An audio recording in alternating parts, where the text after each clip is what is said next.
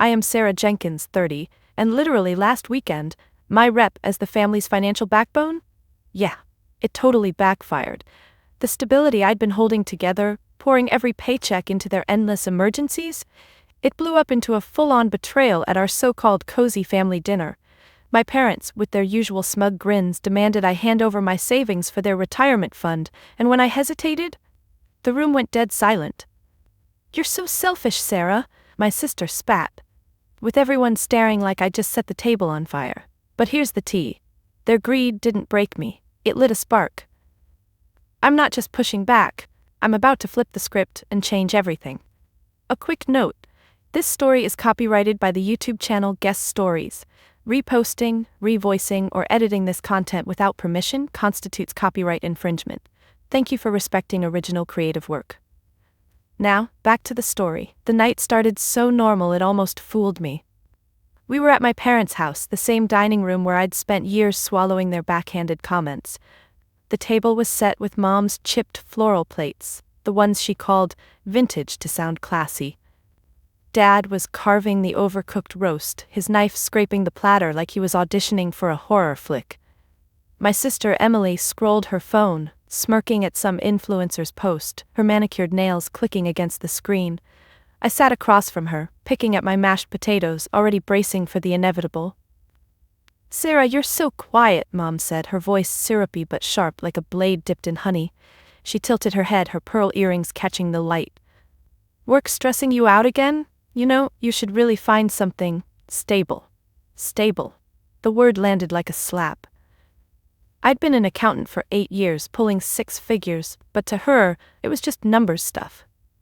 Meanwhile, Emily's part-time boutique consulting gig, whatever that meant, was apparently the second coming of Steve Jobs. I forced a smile, my jaw tight. "Work's fine, Mom, just busy." My fingers twisted the napkin in my lap, the fabric bunching under my nails. I didn't mention the promotion I'd just gotten, the one that came with a corner office. I'd learned long ago that sharing wins only invited their constructive critiques. Dad grunted, not looking up. "Busy, huh? Hope you're saving up. We're not getting any younger, you know." His fork stabbed a piece of meat, and he chewed loudly, the sound grating against my nerves. There it was. The first hint of what they really wanted. Money. Always money. The house repairs, the car loan, Emily's business investments. I'd been their ATM for years, and they acted like it was my duty. Emily finally put her phone down, her eyes glinting. "Yeah, Sarah, you're so good with budgets. Maybe you can help me with a little project." Her lips curled, and I caught the flicker of something calculating in her gaze. My stomach twisted, a warning I couldn't quite name. The doorbell rang, and Mom frowned, her chair creaking as she stood. "Who could that be?" she muttered, smoothing her skirt.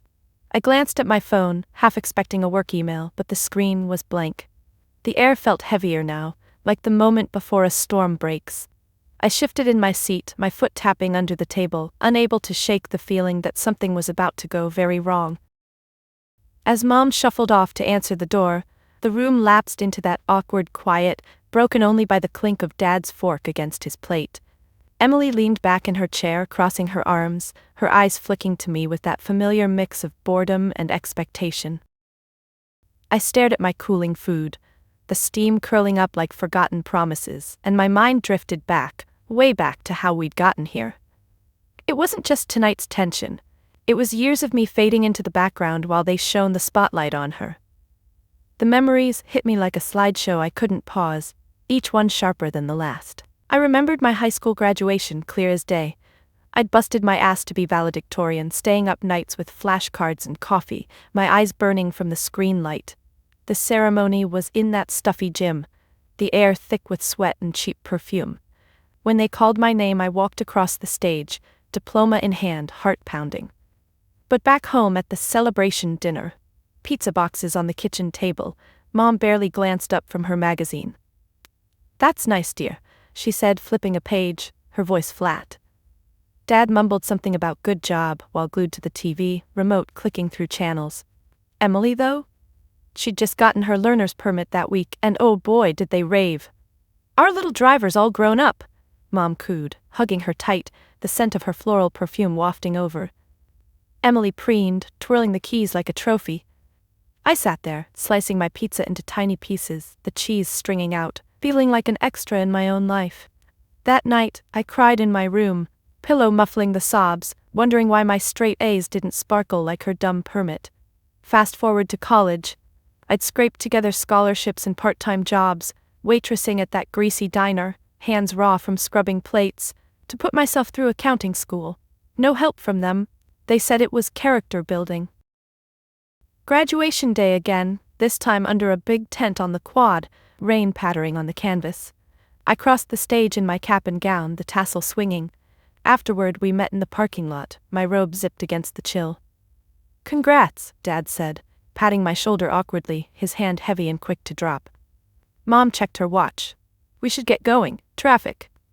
But when Emily landed her first real job, a receptionist gig at a salon, they threw a party. Balloons taped to the walls, cake with her name and icing. "Emily's making moves," Dad toasted, glass raised high, his laugh booming. I stood in the corner, nursing a soda, fizz bubbling against my lips, watching them cluster around her. She'd answer phones and book appointments, but to them it was groundbreaking. My degree? Just practical, they said, like it was code for boring. I bit my tongue, the metallic taste of resentment building, as I handed over my first paycheck to cover their shortfall on the mortgage. Then there was the promotion 2 years ago. I'd clawed my way up at the firm, logging overtime that blurred days into nights, my fingers flying over spreadsheets until they cramped. The email came at 2 a.m., senior accountant, and I whooped alone in my apartment, jumping on the bed like a kid. I told them over Sunday brunch, eggs congealing on my plate. "That's steady," Mom said, stirring her coffee, spoon clinking rhythmically. Dad nodded, mouth full. "Pays the bills." Emily, fresh from blowing her paycheck on a spa day, rolled her eyes. "Numbers again? God, Sarah, live a little." But her boutique launch, a side hustle selling knockoff jewelry online, they funded it with my loans, then bragged to neighbors. "Emily's an entrepreneur," Mom gushed on the phone, her voice carrying through the house. I listened from the hallway, leaning against the wall, nails digging into my palms. That was the pattern, my achievements invisible, hers amplified. And all the while the asks kept coming. "Just a little help with the electric bill," Dad would say, his eyes not meeting mine. "Emily needs seed money," Mom would add, her hand on my arm, squeezing just a bit too hard. These flashbacks swirled as Mom returned from the door, muttering about a wrong address delivery. She sat down, smoothing her napkin, and the conversation picked up like nothing happened. But inside I was churning, my foot still tapping under the table, the rhythm faster now. How many times had I swallowed it, convinced myself it was just family? The weight of those ignored moments pressed on me, making the room feel smaller, the air thicker. Emily caught my eye again, smirking, and I wondered if she even knew how deep the invisibility ran, or if she just enjoyed the view from the pedestal they'd built her. Dad cleared his throat, breaking the lull. "So Sarah, about that savings of yours."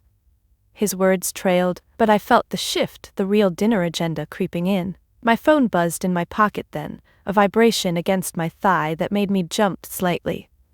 I ignored it for a second, focusing on steadying my breath, but the unease grew, like an itch I couldn't scratch. My phone buzzed again, insistent this time, like a bee trapped in my pocket. I pulled it out under the table, my thumb swiping the screen discreetly while Dad droned on about the family fund idea he'd clearly rehearsed. The message was from an unknown number. "Leave now, don't say why, they're planning something." My heart stuttered, fingers freezing on the glass. "What?" I glanced up, but everyone was acting normal. Mom refilling water glasses, her pitcher tilting with a soft glug, Emily picking at her salad, fork tines scraping the bowl. The words on my screen burned into my brain, but I shoved the phone back, telling myself it was a prank. Spam, anything but real. Yet that buzz lingered in my mind, stirring up the sludge of doubts I'd buried deep. It took me back to the exact moment I woke up to their game. The aha that cracked everything open. It was about 3 years ago. Right after I'd wired another $5,000 for Emily's business expansion. I'd been at my desk late, the office empty, fluorescent lights humming overhead like judgmental whispers. My bank app glowed on the screen, balance dipping lower than I'd admitted to myself. I rubbed my eyes, the dryness stinging, and scrolled through transactions. Rent, groceries, then row after row, transfers to Mom's account, Dad's, Emily's Venmo. Family loan, I'd labeled them, but they never came back. My chair creaked as I leaned back, the leather cool against my neck, and it hit me like a truck. This wasn't help, it was a slow bleed. They'd call it love, but it was control. I clenched the mouse, knuckles whitening, the click echoing in the quiet room. How had I not seen it? The guilt trips.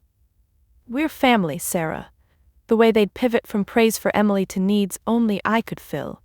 My breath came shallow, chest tightening, as I pictured their faces. Mom's feigned worry lines, Dad's gruff demands, Emily's entitled shrugs. I wasn't the backbone, I was the wallet. That night, alone in my apartment, I paced the living room, socks sliding on the hardwood, the fridge humming in the background. The aha turned into a fire in my gut, anger, hot and unfamiliar, making my hands shake as I poured a glass of water, liquid sloshing over the rim. I couldn't keep funding their lives while mine shrank. But confronting them? They'd gaslight me, call me ungrateful. No, I needed a way out, quiet and mine. That's when the secret started.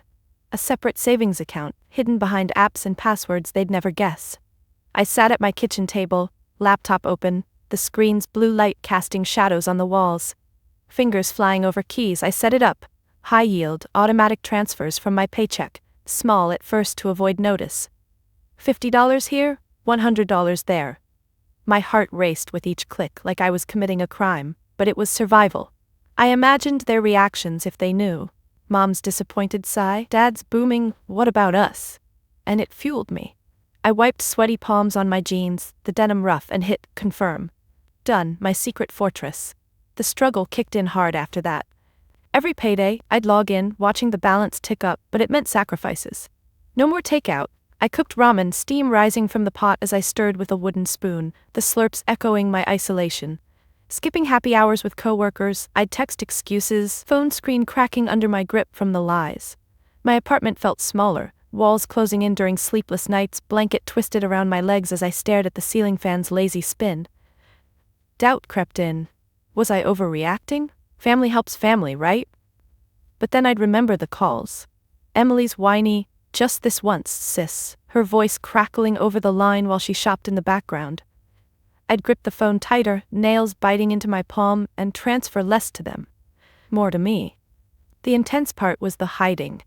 At family gatherings, I'd nod along to their complaints, my smile plastered, cheeks aching from the effort, while inside I tallied what I'd saved that month, $10,000, $20,000.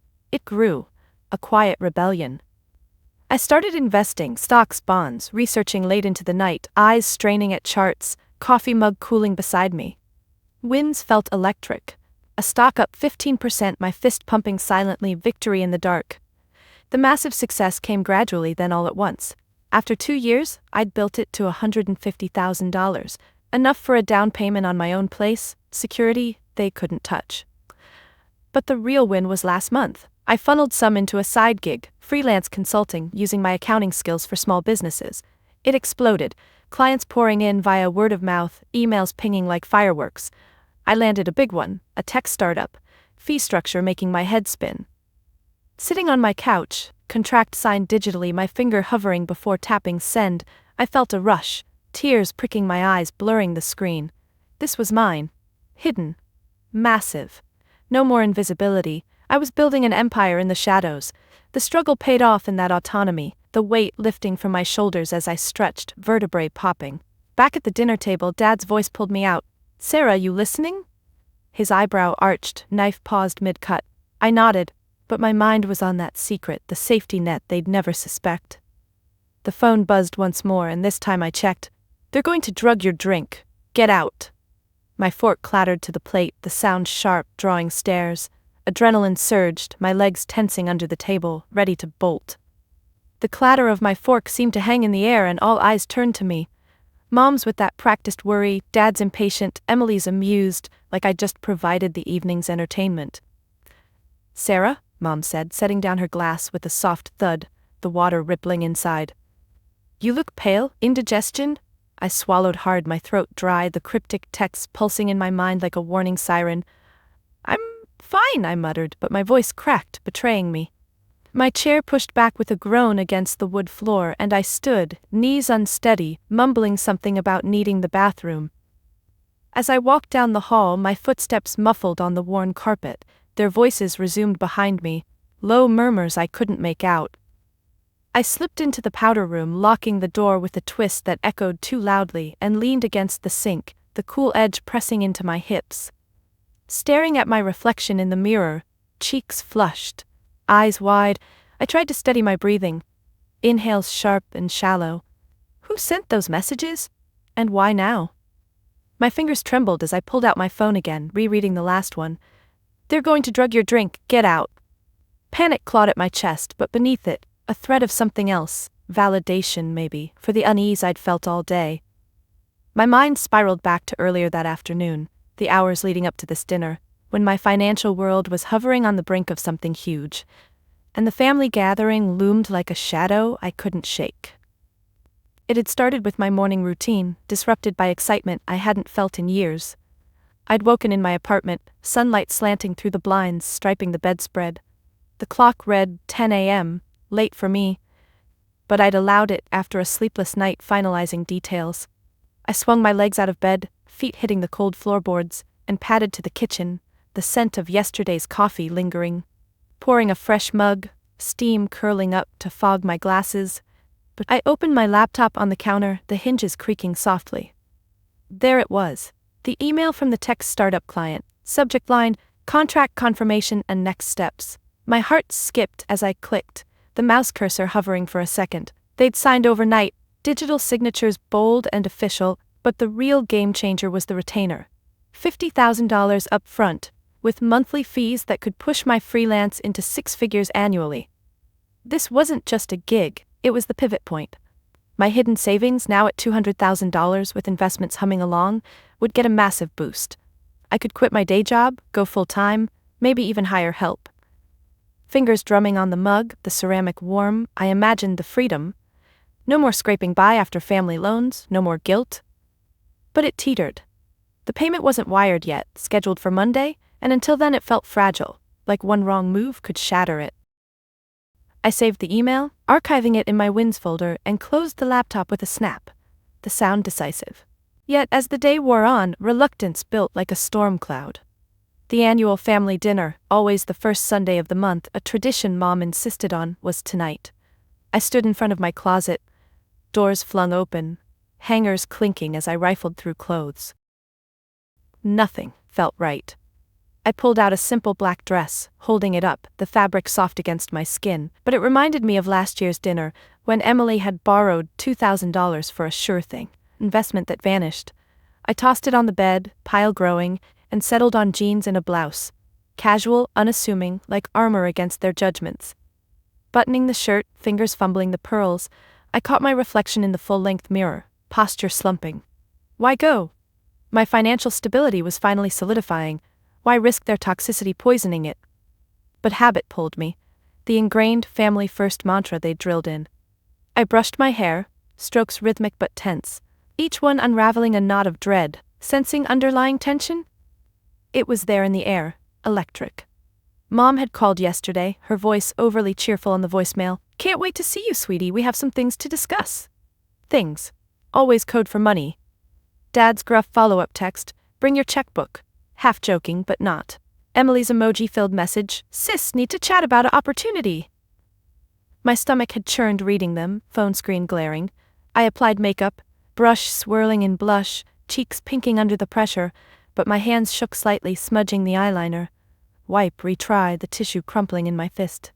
By late afternoon, as I gathered my keys, the jingle metallic and final, the tension peaked. I sat on the couch, purse in lap, staring at the wall clock's ticking hands. The deal's promise glowed in my mind. The startup CEO had hinted at expansions, more work, but teetering. What if the family pushed too hard tonight? What if I caved, like always? I stood, pacing the rug, fibers soft under my shoes, wearing a path in the pattern.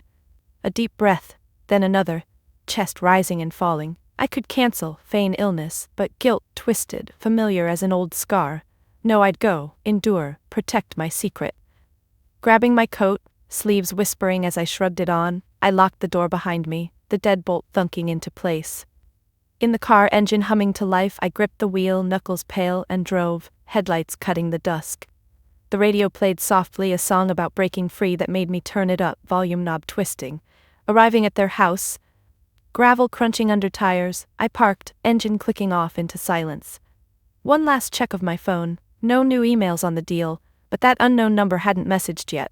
I stepped out, door slamming, and walked up the path, each step heavier, sensing the trap but not seeing it. Back in the bathroom, the memory snapped off like a light switch. The texts, they fit the puzzle, the tension I'd felt all day crystallizing into fear. My breath fogged the mirror, and I wiped it with my sleeve, fabric streaking the glass. I had to get out, but how without alerting them? My hand hovered over the door handle, cool metal under my palm, heart hammering. I twisted the doorknob slowly, the metal slick under my sweaty palm, and stepped out into the hallway, the air cooler there, carrying the faint scent of roast from the dining room. My legs felt heavy, each step deliberate as I forced myself back toward the table, the cryptic texts screaming in my head. Leave, get out, but I pushed them down. Prank, I told myself again, breath catching in my throat. Wrong number. Anything to explain the knot in my stomach. The floorboards creaked under my weight, announcing my return before I even rounded the corner. Mom's voice floated out first, light and probing. Everything okay, Sarah? You were gone a while. I plastered on a smile, lips stretching tight, and slid back into my chair, the wood scraping loudly against the floor.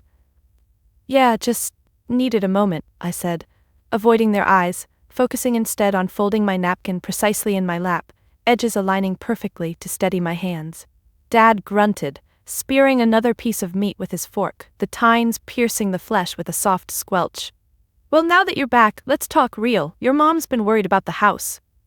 His eyes flicked to me, heavy-lidded, like he was appraising a used car. Worried. Code for broke, as always. I nodded faintly, my fork hovering over my plate, pushing peas around in circles, the little green spheres rolling aimlessly. Emily leaned forward, her elbows on the table, china clinking as she shifted, her gaze sharp and appraising. Sarah, you look tired. That job of yours must be draining you dry.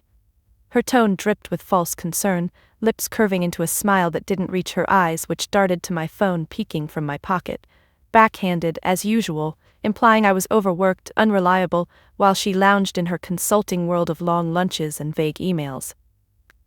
Mom chimed in, her hand reaching across to pat mine, fingers cool and slightly trembling, nails painted a chipped red. She's right, dear. You work so hard, but is it really worth it? All those hours, and what do you have to show? She withdrew her hand slowly, folding it in her lap, her posture straightening as if delivering wisdom. What do I have? The question hung loaded. I'd shown plenty, checks for their bills, gifts for holidays, even covering Emily's classes, that never led anywhere. But to them it was never enough. I felt my cheeks heat, a flush creeping up, and I bit the inside of my lip, the sharp pain grounding me. It's fulfilling, I managed, voice steady but low, my eyes fixed on the tablecloth's faint stains from past meals. Fulfilling, like the secret account they'd never touched, the one that made this bearable. Dad set his knife down with a deliberate clink, the sound echoing like a gavel. Fulfilling doesn't pay the bills, kiddo. Your mom and I, we're thinking of downsizing, but the market's tough. He leaned back, chair groaning, his belly straining against his shirt buttons, one threatening to pop. You could help, right, with your stability. Stability. The word twisted like a knife, the same one they used to dismiss my career while begging from it. My fingers clenched around my water glass, condensation slick droplets trailing down to wet my skin. I took a sip, the liquid cool but doing nothing for the dryness in my mouth. Emily jumped in, her foot nudging mine under the table. Accidental? No, purposeful, a little prod to engage. Come on, sis, you're the money whiz. Remember how you fixed my credit last year? That was genius. Genius. Compliment wrapped in reminder. I'd spent weekends untangling her messes, late fees from shopping sprees, while she thanked me with a casual, "You're the best," and no repayment. Her eyes sparkled now, too bright, as she twirled a lock of hair around her finger, the strand catching the light. The barrage kept coming, each question a subtle jab, each compliment a hook pulling me deeper. Mom tilted her head, earrings swaying gently. We're so proud of how responsible you are, Sarah. Not like some people who chase dreams. Her glance at Emily was fond, indulgent, even as Emily smirked, avoiding eye contact by scrolling her phone again, thumb swiping rapidly. Responsible, meaning dutiful, meaning bankroll. Dad nodded vigorously, his jowls quivering. Exactly, but responsibility means family first. Emily's got this new venture. Online sales, big potential, needs a little startup cash. He paused, fork midway to his mouth, gravy dripping onto the plate with soft plops. You in? The demand landed, not subtle anymore, his stare direct, challenging. My heart pounded, echoing in my ears, and I shifted in my seat, the cushion compressing under me. Years of this, questions that weren't questions, compliments that stung like slaps. I glanced at my drink, the ice melting slowly, cubes clinking faintly, and the text's warning flashed. Drug your drink. Paranoia? But now, with their eyes on me, expectant, it felt possible. Emily set her phone down with a soft tap, leaning closer, her perfume cloying, mixing with the food smells. It'll be quick, Sarah, just bridge the gap, you're so good at that. Good at that, being the bridge they walked over. Her hand gestured vaguely, rings flashing as if it were no big deal. Mom smiled encouragingly, her teeth showing, but her foot tapped under the table, a nervous rhythm betraying impatience. Dad chewed thoughtfully, swallowing with a gulp, Adam's apple bobbing. The room felt smaller, the chandelier's light harsher, casting shadows that danced on the walls. I murmured something non-committal. I'll think about it, my voice barely above a whisper, fingers tracing the rim of my glass, round and round, the motion hypnotic but futile. Inside, resentment bubbled, hot and rising, but I tamped it down, habit strong.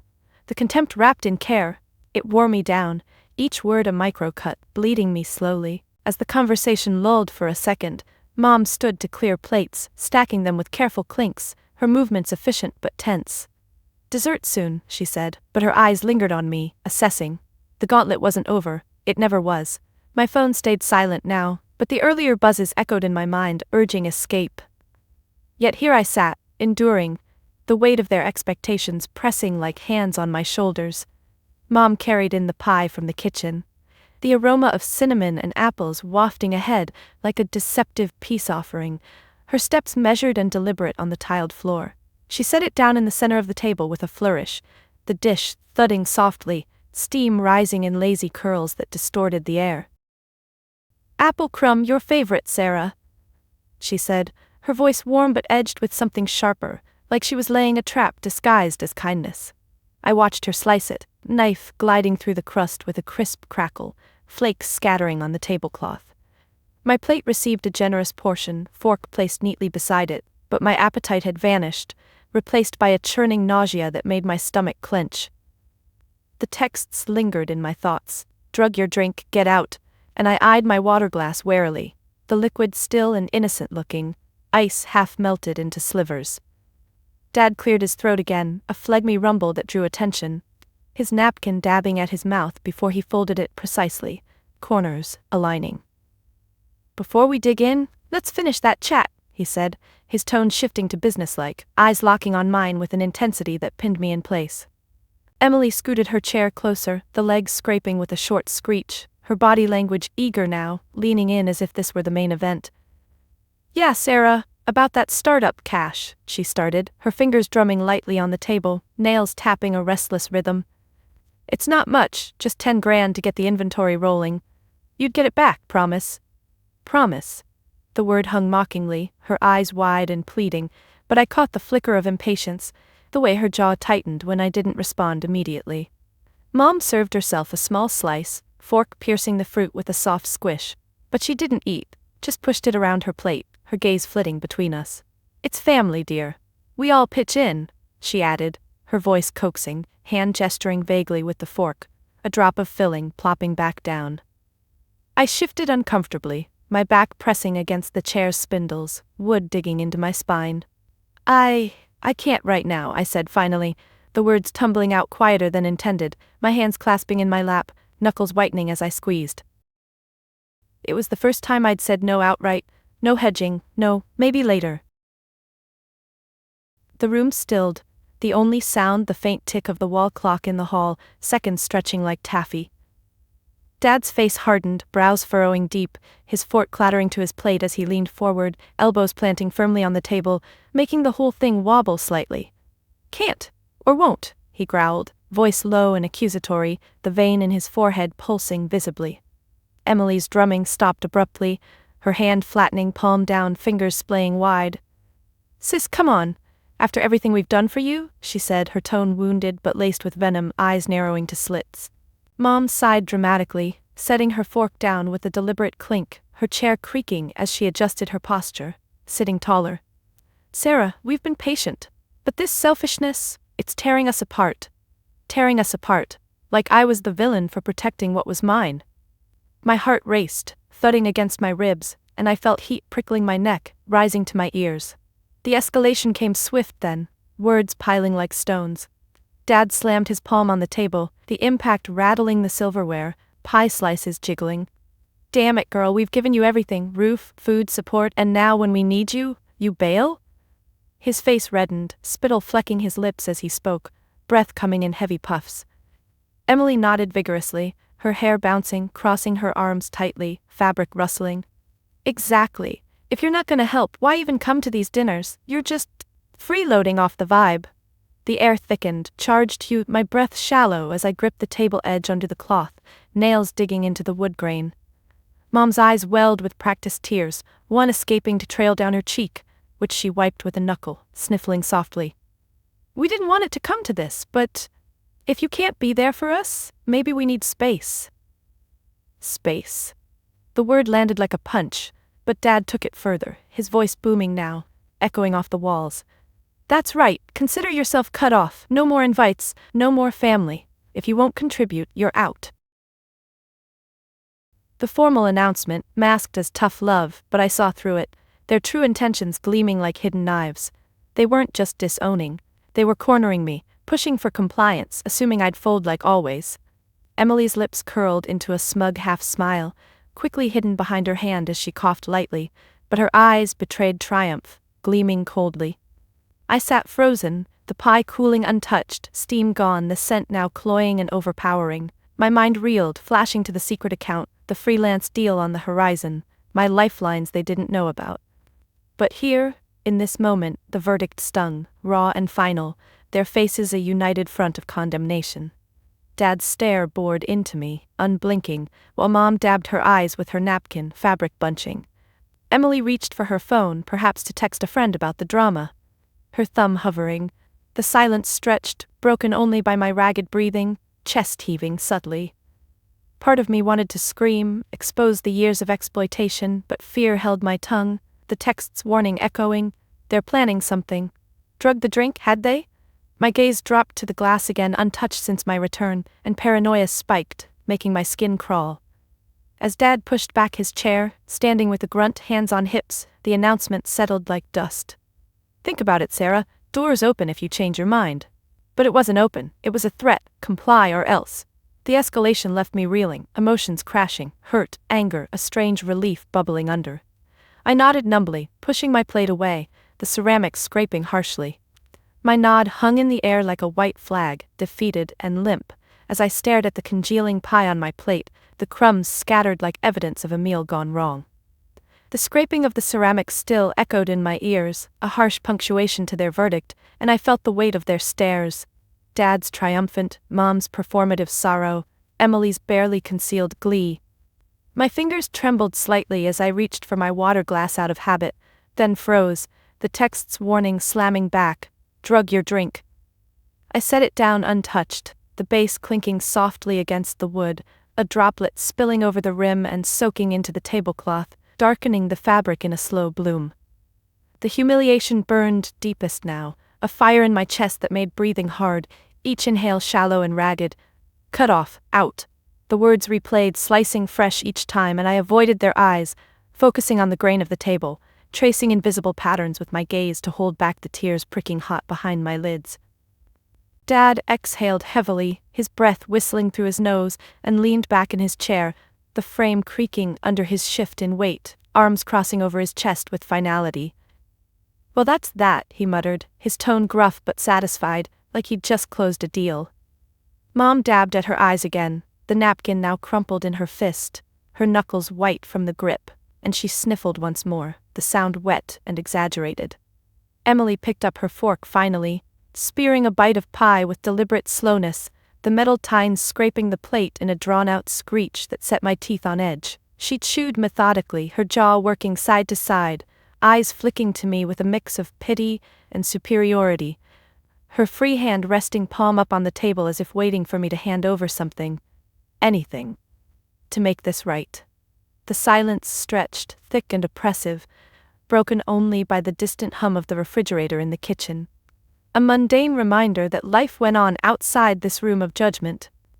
My phone buzzed then, sharp and insistent against my thigh, vibrating through the fabric of my jeans like an electric shock that jolted me upright, spine straightening with a pop. I glanced down instinctively, my hand dipping into my pocket, fingers brushing the warm screen. The unknown number again. Heart pounding, a drumbeat in my temples, I pulled it out under the table's edge, shielding it with my other hand, palm curving protectively. The message lit up. Leave now. No excuses. They're about to drug you to get your bank info. I overheard them planning. Emily's gambling debts are huge. Police if needed. Go. My breath caught. A gasp I swallowed down, throat closing tight. Overheard? Planning? The words blurred for a second as my vision swam, but I blinked hard, lashes fluttering, forcing focus. Drug me. Access finances. It clicked then. Puzzle pieces slamming together, their sudden unity, the pie as distraction, Emily's fidgety energy, her nails now tapping again, a nervous staccato on the wood. The revelation hit like a wave, crashing over me, drowning the humiliation in icy clarity. Years of loans, the endless asks, it wasn't just greed. It was desperation masked as family duty. Emily's gambling, flashes of her late nights, the business that never panned out, the way she'd avoid questions about money with a quick laugh, her shoulders hunching defensively. I'd suspected, but this? Plotting to incapacitate me, rifle through my phone or wallet for accounts. My free hand clenched into a fist in my lap, nails biting into my palm, the pain sharp and grounding. Who sent this? A neighbor? A friend of Emily's who'd grown a conscience? It didn't matter now, the truth unveiled, scalded, raw and undeniable. Dad cleared his throat again, his foot shifting under the table, shoe scuffing the rug, perhaps sensing my distraction. Sarah, you gonna say something? His voice prodded, edged with irritation, but I barely heard, my mind racing, piecing more. Mom's overly sweet pie serving, her eyes watching if I'd drink, Emily's glance at my glass earlier, lips pursing slightly. Adrenaline surged, hot in my veins, making my legs twitch with the urge to run. I typed back quickly, thumbs flying under the table, the soft taps muffled. Who is this? But no reply came, the screen staying blank, mocking. The plot's depth sank in, subtle manipulation escalating to criminal. Drug me, then what? Forged transfers? I'd seen the signs, Emily's puffy eyes last month, blamed on allergies, her hand shaking when signing a check. Dad's hushed calls in the other room, door cracked just enough for whispers of debts to escape. My stomach twisted, nausea rising bitter in my throat, and I pushed back from the table slowly, chair legs dragging with a low groan.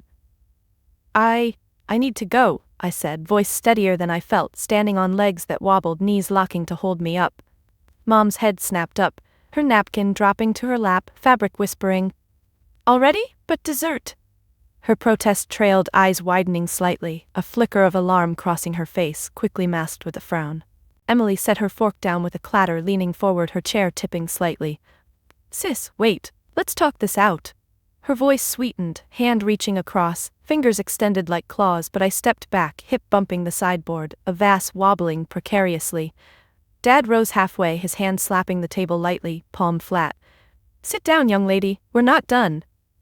Commanding, but there, panic in his eyes, pupils dilating, the text's instruction burned, leave without telling. I grabbed my coat from the chair back, fabric rustling as I shrugged it on, buttons catching briefly. No, I am done, I whispered, more to myself, turning toward the door, footsteps quickening on the hardwood, echoing my heartbeat. As I reached the hall, their voices rose behind. Mom's, Sarah, sharp and pleading, Emily's murmur low, perhaps to them. I paused at the front door, hand on the knob, cool brass turning under my grip, and glanced back once, seeing them clustered, faces a mix of confusion and calculation. The shocking plot unveiled not just their deception, but my blindness to it. Pushing the door open, night air rushing in, cold and fresh, I stepped out, the slam behind me final, vibrations rattling the frame. The door's slam reverberated through my body, a jolt that matched the adrenaline still coursing hot in my veins, but I didn't stop moving, my feet crunching over the gravel driveway, each step kicking up tiny stones that pinged against my shoes. The night air nipped at my face, sharp and clarifying, carrying the faint scent of rain on the horizon. But behind me, the house lights spilled out like accusing fingers. I heard the door wrench open again almost immediately, the hinges squealing in protest, and Dad's voice boomed into the darkness.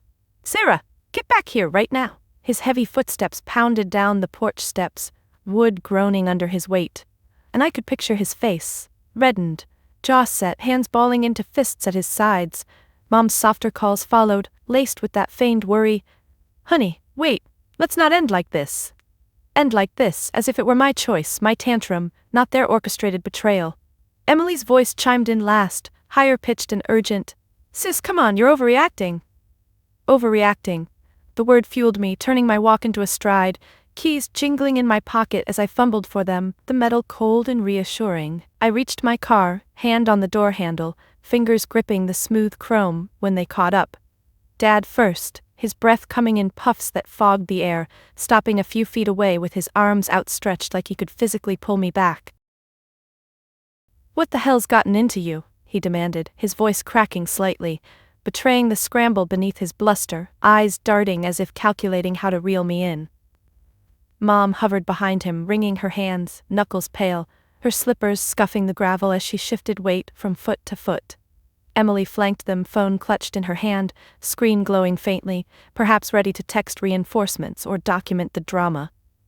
Their stunned faces under the porch light, wide eyes, slack jaws, told me everything. They hadn't expected resistance, not real pushback. For years I'd folded, wired the money, swallowed the insults. Now their plan unraveling, they floundered, a family of actors forgetting their lines.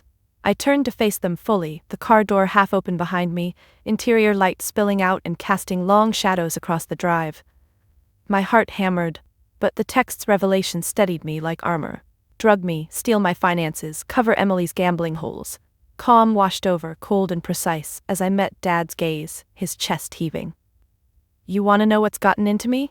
I said, voice even, though my hands trembled slightly on the doorframe, nails scraping paint.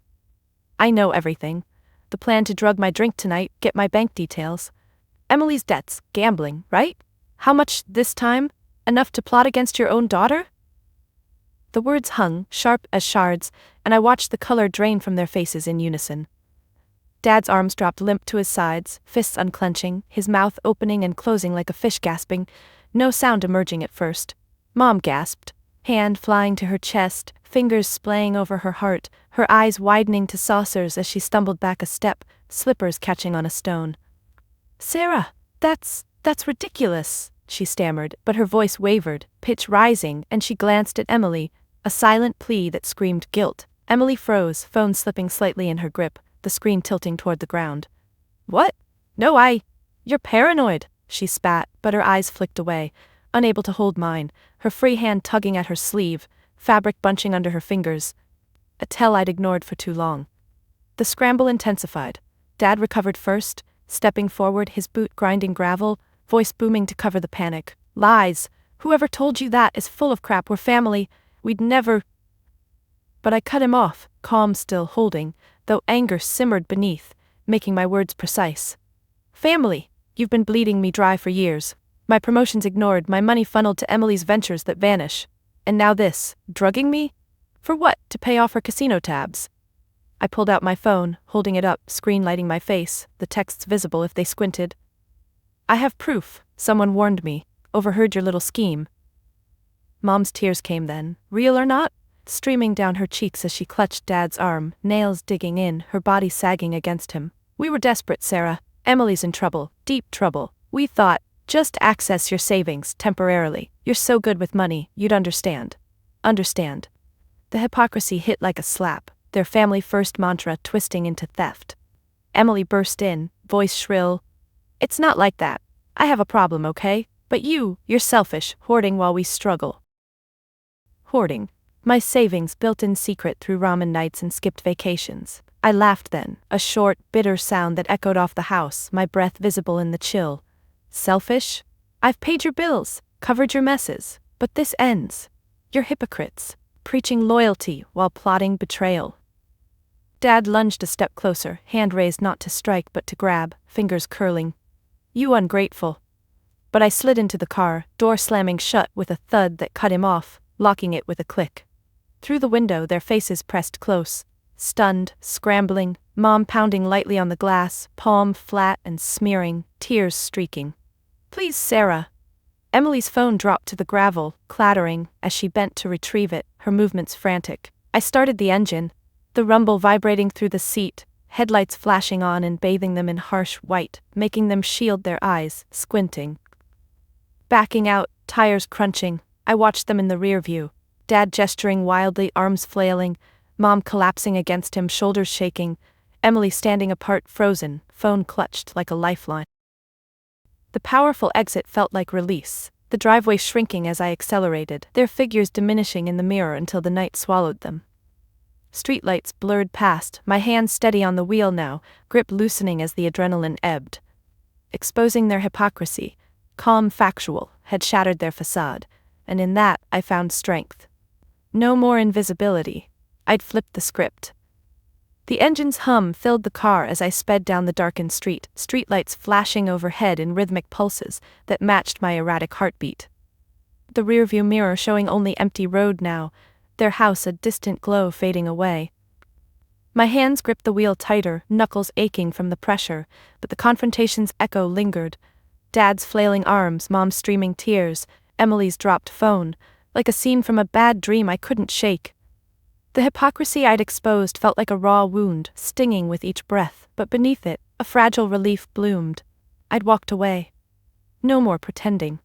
Yet the adrenaline crash left me hollow, tears blurring the dashboard lights as I wiped my eyes with the back of my hand, sleeve rasping against my skin. Where to now? Home felt too empty, walls that would close in with memories. Then it hit, my friends. Lisa and Mark, the couple who'd become my chosen family over coffee meetups and late-night vents. Their apartment was just a few miles away, a beacon in the chaos.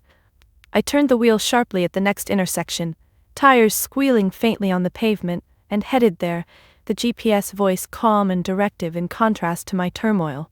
Pulling up to their building, the brick facade lit by warm porch lamps, I parked crookedly, bumper edging the curb, and sat for a moment, engine ticking as it cooled. My phone buzzed, another unknown text. Good job getting out, stay safe.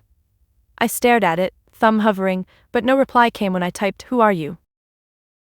Shaking it off, I grabbed my bag, strap digging into my shoulder, and climbed the steps, each one creaking under my weight, the familiar sound grounding me.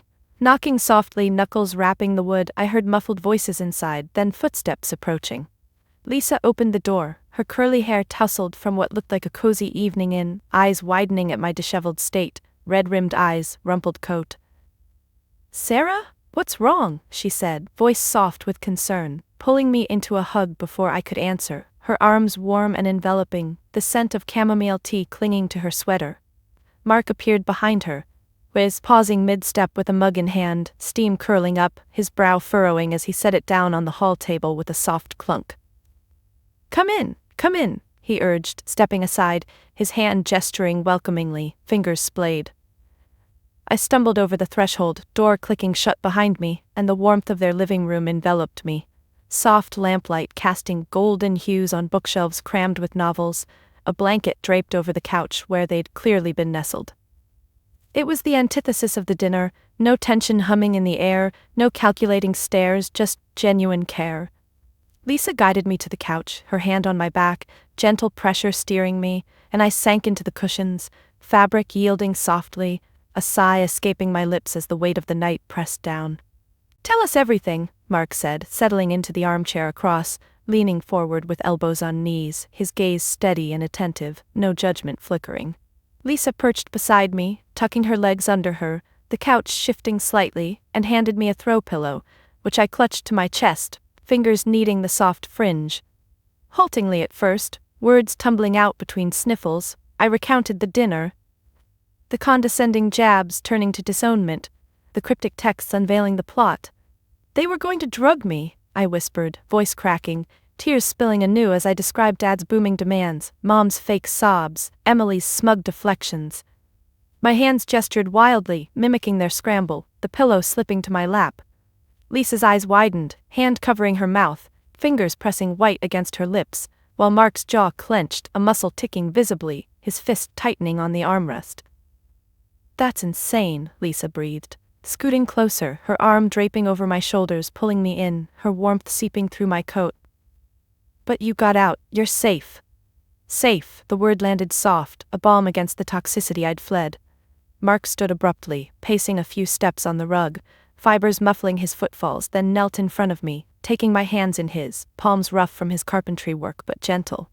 "We're here, Sarah. Whatever you need, crash here, legal advice, anything." His squeeze was firm, reassuring, eyes locking on mine with that quiet strength he'd shown during his own family estrangement years ago. The contrast hit hard. At the dinner, every word had been a hook, pulling for more. Here, offers flowed freely, no strings, just support. I nodded, throat tight, managing a watery smile as Lisa fetched tea, the kettle whistling faintly from the kitchen, cups clinking as she prepared. We talked late into the night, the clock's hands creeping past midnight, their questions probing but kind, no backhanded compliments, just empathy. Mark shared his story again, voice low and steady, reminding me how he'd built a life post-cutoff, his hand gesturing to the room as proof. Lisa nodded along, her foot tapping mine playfully under the coffee table, a small connection that made me chuckle despite everything. The genuine moment unfolded in microbeats. Mark refilling my mug, steam rising anew, Lisa's laugh at my imitation of Emily's smirk, her head thrown back, the way they listened, heads tilted, no interruptions. Unlike the biological ties that bound and bled me, this chosen bond lifted, a warm counterpoint to the cold betrayal. As exhaustion tugged at me, eyelids drooping, they insisted I stay, pulling out the sofa bed with efficient tugs, sheets snapping crisply. Tucked in, blanket cocooning me, I felt the first stir of peace, their goodnight's soft whispers fading as the door clicked shut. Lying there, staring at the ceiling fan's slow spin, blades cutting shadows, I contrasted it all, the dinner's venom versus this haven. Toxic blood versus chosen heart. It clarified, family wasn't DNA, it was this, unwavering and real.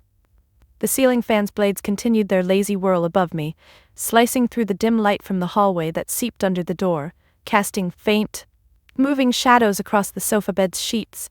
I shifted under the blanket, the fabric rustling softly against my skin, my body still wired from the night's chaos despite the exhaustion pulling at my eyelids. Sleep evaded me, my mind replaying the escape, the gravel crunching under my tires, their faces shrinking in the mirror. But now, in the quiet of Lisa and Mark's apartment, the aftermath settled in like a heavy fog. What next? The texts had urged police if needed. And as I lay there, phone clutched in my hand, screen cool against my palm, the idea took root. Reporting them. Not just for revenge, but to build walls, to claim the autonomy they'd tried to strip. My thumb hovered over the emergency number, then dialed the non-emergency line instead, the digits blurring slightly in the low light. A click, then a ring, once, twice, my heart sinking with the tone, thudding steadily. The operator's voice came through, calm and professional, a woman's tone that cut through my haze. "Police non-emergency, how can I help?" I sat up slowly, the sofa bed creaking under my weight, blanket pooling in my lap as I drew my knees up, hugging them with one arm for stability. I need to report a potential crime," I said, voice hushed to not wake my friends but firm, each word deliberate. My free hand twisted the sheet's edge, fabric bunching between fingers, a micro-anchor as I recounted the evening, the dinner's escalation, the disownment veiled as pressure, the text's warning of the drugging plot. "They were going to spike my drink to access my finances," I added, the words tasting bitter, my tongue flicking against dry lips. The operator paused, keyboard clacking faintly in the background, each tap echoing over the line like official stamps on my story. "Can you provide details, names, address?" she asked, and I did, spelling out Mom's full name, Eleanor Jenkins, my voice catching on the syllables, a pang of residual loyalty twisting my gut. As I spoke, micro-memories surfaced, Dad's hand slapping the table earlier, the vibration traveling up my arms, Emily's fingers drumming, nails chipped from stress she hid, Mom's tears, wiped with a knuckle that trembled just so. "And evidence?" the operator prompted, her tone neutral but probing. I mentioned the texts, forwarding screenshots as she instructed, my thumb swiping the screen, the whoosh of sending a digital lifeline. Unknown number, but they knew specifics. Emily's gambling addiction, I explained, leaning back against the couch arm, wood pressing into my spine, grounding. The call stretched, her questions methodical. Did you ingest anything? Any symptoms? No, I'd left in time. History of similar incidents? The exploitation, years of it, but tonight crossed into criminal. My foot tapped the mattress edge, a soft thump-thump, releasing pent energy as I detailed the financial drains, voice gaining strength, no longer whispering. She advised filing a formal report at the station tomorrow, but noted the attempt, conspiracy to commit theft, perhaps assault via drugging. We'll send a patrol to check on them, she said finally after more typing, the keys clicking like closing locks. Check on them. The phrase hung, my mind flashing to their reaction. Lights flashing in the driveway, officers at the door. Dad's bluster deflating under badges. I thanked her, voice cracking slightly, and hung up, the phone dropping to the bed with a muffled thud, screen going dark. Alone again, I exhaled long and slow, breath shuddering out, shoulders slumping as the weight lifted fractionally. Reporting wasn't just reaction, it was my first new boundary, a fortress wall rising, legal protection over emotional ties. But boundaries needed more. I couldn't stop at police. Still restless, I grabbed a notebook from my bag on the floor, pages rustling as I flipped it open, pen cap clicking off with my teeth. In the faint light I scrawled rules, my new engagement code. No contact, block their numbers. My fingers flew, ink smudging slightly from the pressure. Financial lockdown, change all passwords, alert banks. I paused, pen hovering, nib dripping a tiny dot on the paper, then added, therapy. Find a counselor for the guilt that still gnawed, the what-ifs whispering. And chosen family only. Lean on Lisa, Mark, build from there. Each line felt like mortar, solidifying the fortress. I tore the page out carefully, edges ripping with a soft tear, and folded it, tucking it under my pillow, paper crinkling. The aftermath handling deepened as dawn crept in, window blinds glowing faintly. I imagined their side, police knocking, door opening to reveal disheveled faces, Mom's hand fluttering to her throat, Dad's stance widening defensively, Emily avoiding eyes, perhaps chewing her lip bloody. Would they deny? Spin it as misunderstanding? The thought made my fist clench the sheet tighter, knuckles aching, but I released, breath steadying. This wasn't vengeance, it was severance, clean and necessary. My phone buzzed once, Lisa texting from the other room. You okay? Heard murmurs. I replied, yes, handling it, thumb tapping send, a small smile tugging my lips despite everything. By morning light filtering through, birds chirping outside, I rose, folding the sofa bed with precise tugs, sheets snapping. At the station later, sterile desks, officers' pens scratching reports. I'd formalize it, my voice unwavering, hands steady on the forms. But here, in this quiet pre-dawn, the primary act was internal, establishing rules that armored my autonomy. No more open doors, only locked gates I controlled. The fortress built, brick by self-affirming brick. The morning sun slanted through the blinds of Lisa and Mark's guest room, formerly the living room, casting striped patterns across the folded sofa bed, the lines shifting slightly as a breeze rustled the fabric. I stood there for a moment, my fingers tracing the edge of the notebook page I'd written last night, the creases sharp under my touch, ink still faintly smudged from where my palm had rested. The rules stared back. No contact, financial lockdowns, therapy. But as I folded it again, the paper whispering softly, a deeper resolve stirred. One beyond defense. Reclaiming my legacy. The Jenkins name had always been theirs. Dad's gruff family man facade at neighborhood barbecues, Mom's church committee smiles, Emily's social media polish. Mine? Erased in their narratives, reduced to the dutiful daughter who funded it all. Now, with my success, the freelance deal wired that morning, a notification ping on my phone, making the screen light up with $50,000 deposited. I could rewrite it. Not through spite, but impact. Positive. Tangible. My hand steadied as I tucked the note into my pocket, fabric brushing my knuckles, and headed out, the apartment door clicking shut behind me, with a gentle finality. The police station loomed a few blocks away, a squat brick building with flags flapping lazily in the wind, their fabric snapping intermittently. But before that I detoured to a coffee shop nearby, the bell tinkling as I pushed the door open, the aroma of fresh grounds enveloping me like a hug. I ordered a latte, the barista's marker squeaking on the cup as she wrote my name, Sarah Jenkins, in bold letters. Jenkins. It hit me there, waiting in line, my foot tapping the tiled floor in a slow rhythm, the steam from the espresso machine hissing in bursts. Why let them own it? My success wasn't just escape, it was a platform. Fingers drumming on the counter, nails clicking softly, I pulled out my phone again, the screen unlocking with a swipe, and searched for local nonprofits, financial literacy programs, debt counseling for addiction victims. Emily's gambling echoed, but instead of bitterness, it sparked purpose. Help others avoid the traps I'd funded. One caught my eye, a community center offering free workshops on budgeting and recovery. I emailed them right there, thumb typing rapidly, the keys soft under pressure. Hi, I'm Sarah Jenkins, an accountant with experience in personal finance. I'd like to volunteer, perhaps lead a session on building emergency funds. Send. The whoosh sound was small, but it felt monumental, my shoulders relaxing fractionally as I exhaled, breath fogging the phone screen briefly. Picking up my coffee, the cup warm against my palms, paper sleeve crinkling, I stepped outside, the door swinging shut with a hydraulic sigh. The walk to the station blurred with thoughts of expansion, using my freelance windfall to fund scholarships under the Jenkins name, but my Jenkins, Sarah Jenkins Financial Autonomy Grants. For women escaping manipulative families, covering therapy or starter savings. My stride lengthened, shoes scuffing the sidewalk cracks, each step embedding the idea deeper. At the station, the automatic doors whooshed open, cool, air-conditioned gust hitting my face, carrying the scent of stale coffee and printer ink. The desk sergeant looked up, his pen pausing mid-note on a form, eyebrows arching slightly. "Can I help you?"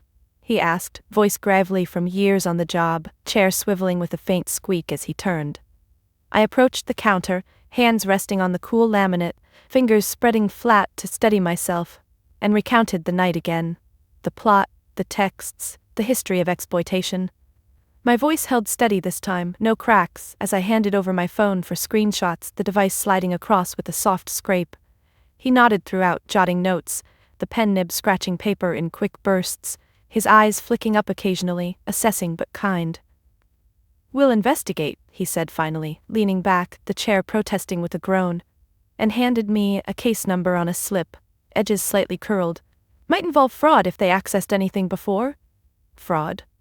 The word validated, my fist clenching briefly in my pocket, nails digging into the notebook page. But as I left, doors whooshing again, the sun warmer now on my skin, the primary act crystallized, using my reclaimed resources for good. Back at my apartment later, keys jingling as I unlocked the door, the familiar creak welcoming, I sat at my desk, laptop humming to life, fan whirring softly. Fingers flying over keys, I drafted a website, sarahjenkinsfinance.com. Not flashy, simple layout, but mine. Sections for blog posts on spotting financial abuse, free templates for budgets.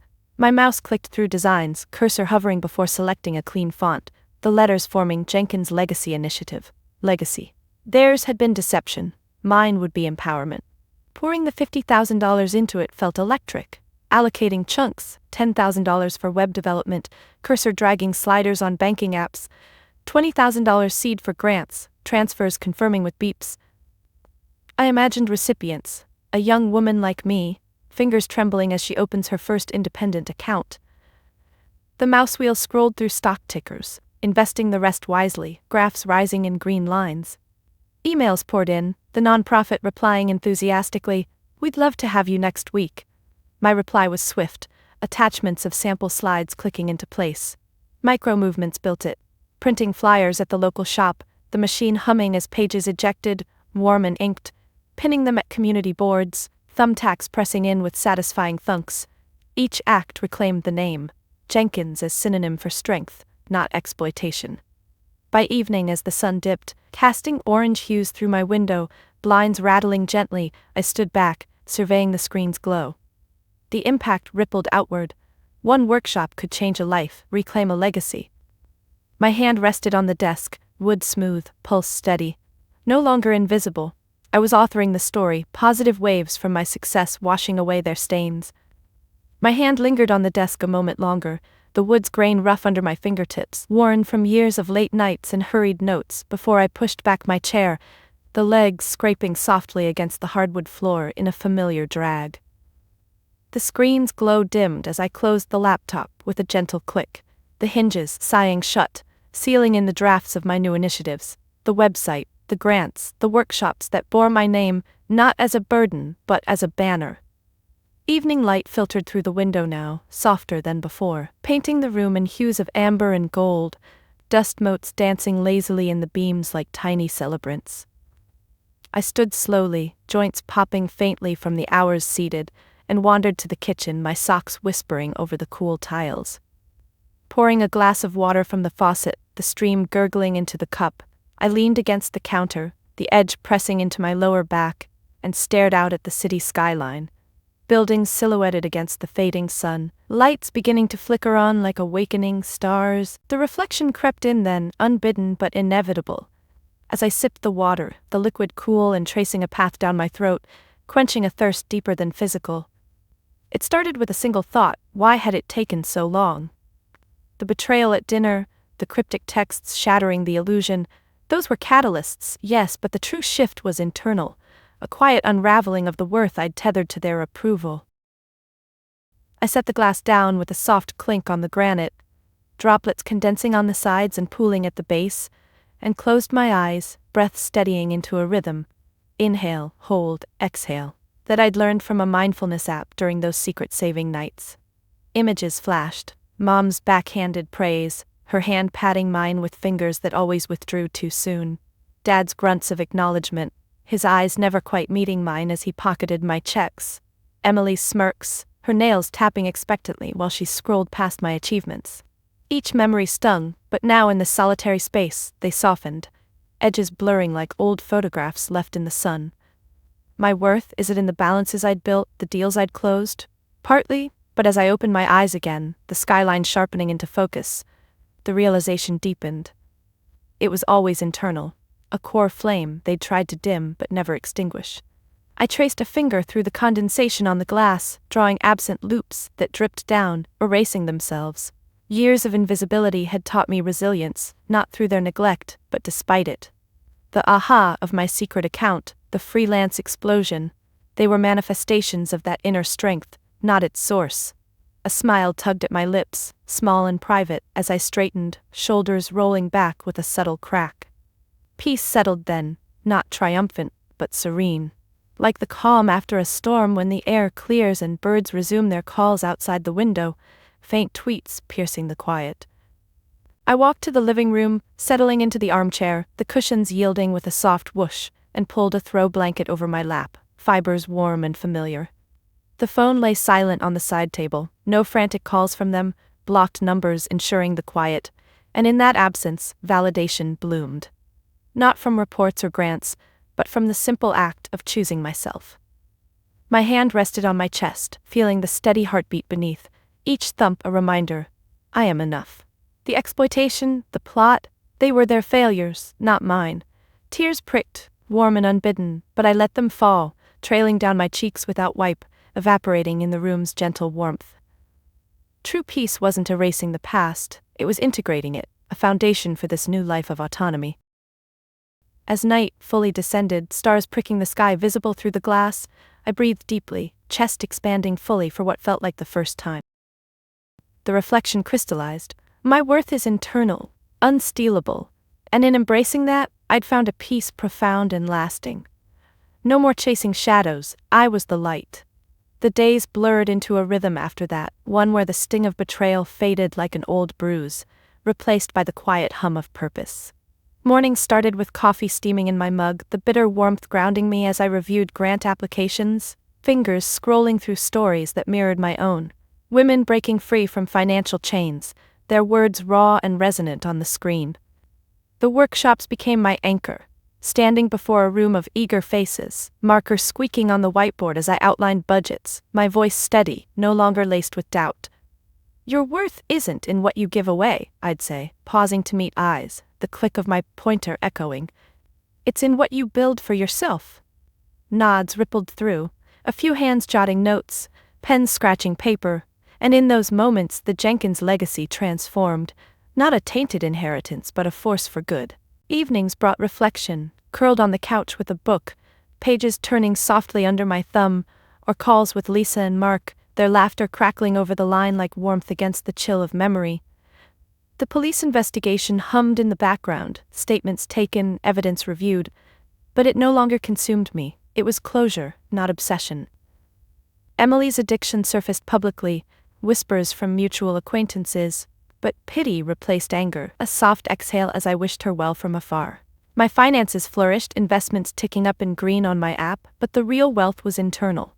Sleep unbroken, smiles genuine, a life untethered. So what do you think? Did I sever ties too harshly? Or not harshly enough to protect my peace? Drop a comment below sharing your take, or even your own story of reclaiming autonomy. It might just inspire someone else scrolling through. And hey, if this hit home, hit that subscribe button for more tales of turning pain into power. You've got this. Keep building your own legacy.